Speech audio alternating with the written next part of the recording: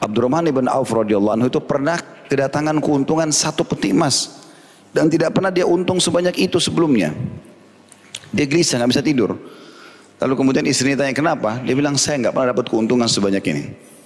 Lalu apa keinginanmu? Kita harus sedekahkan, keluarin. Jangan ada di rumah ini, jadi beban nanti. Kalau kita meninggal, ada ini nanti akan dipertanggungjawabkan, minta pertanggungjawaban oleh Allah. Padahal dia seorang pengusaha yang kita tahu pengusaha itu manusia ini subhanallah begitu terbuka pintu-pintu peluang ini. Mungkin dulu dia belum punya kendaraan atau belum punya usaha. Dia niat kalau sudah punya usaha kecil dia sudah cukup. Padahal sebenarnya tidak seperti itu manusia. Mereka punya sifat tamak. Nanti kalau sudah punya usaha kecil pengen usaha lebih besar. Punya mobil 1 pengen punya mobil 2. Punya rumah kecil pengen rumah besar. Dan memang itu Nabi SAW bilang. Manusia tidak akan pernah puas sampai tanah kuburan masuk ke dalam mulutnya.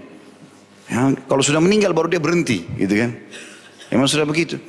Tapi orang kalau menghubungkan antara kekayaan harta dengan kekayaan jiwa ini seperti contoh Abdurrahman, lalu dia sedekahkan semuanya tidak terkecuali. Setelah sedekah habis semalam suntuk begadang sama istrinya, dia mengatakan alhamdulillah, saya sekarang tidak ada beban, gitu kan? Ternyata besok karena dia sedekah itu dapat 2 peti. Ya. Keuntungannya jadi double. Dia bicara lagi sama istrinya, ini tambah banyak hartanya. Sedekah lagi, hari ketiga 3 peti. Terus saja selama dia sedekah, datang terus keuntungan berlipat-lipat ganda. Kalau masih ingat pernah saya ceritakan kisah dia, mau habisin hartanya. Takut hisapnya berat hari kiamat karena terlalu banyak. Dia udah gak bisa hitung lagi hartanya radhiyallahu anhu. Sampai kata Nabi SAW, kalau Abdurrahman genggam tanah, lalu dia jual laku. Karena cerdasnya dalam berdagang gitu. Dia genggam tanah, dia bisa jual tanah itu. Gitu kan. Maka yang terjadi Abdurrahman takut ada hisab hari kiamat.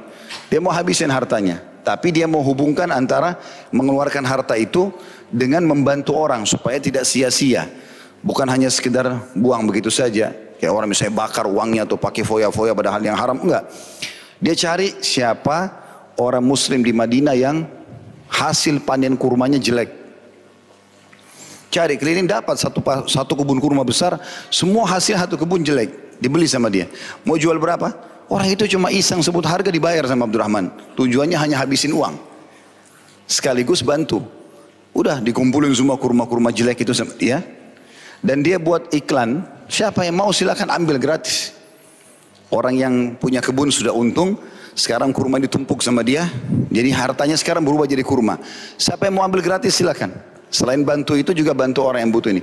Rupanya karena kurmanya kurang bagus. Orang gak ada yang mau ambil. Walaupun dia mau sedekahkan. Abdurrahman tenang saja karena dia sudah selesaikan hartanya. Rupanya di Yaman tersebar penyakit. Dengan hikmah Allah SWT. Dan penyakit itu hanya bisa diobati dengan kurma jelek. Sampai utusan orang Yaman datang ke Madinah. Siapa yang pernah punya kurma seperti ini? Jelek gitu. Nggak jadi kurmanya. Ada yang rusak-rusak, kering-kering. Mereka taunya Abdurrahman. Buka malah gratis gitu. Orang-orang ini bilang, enggak, kita nggak mau gratis. Mau bayar. Maka mereka membeli dari Abdurrahman, untung lagi. Double dari uang yang dia keluarkan. Maka Abdurrahman senyum mengatakan, apa boleh buat sudah. Berarti memang sudah harus begini. Gitu.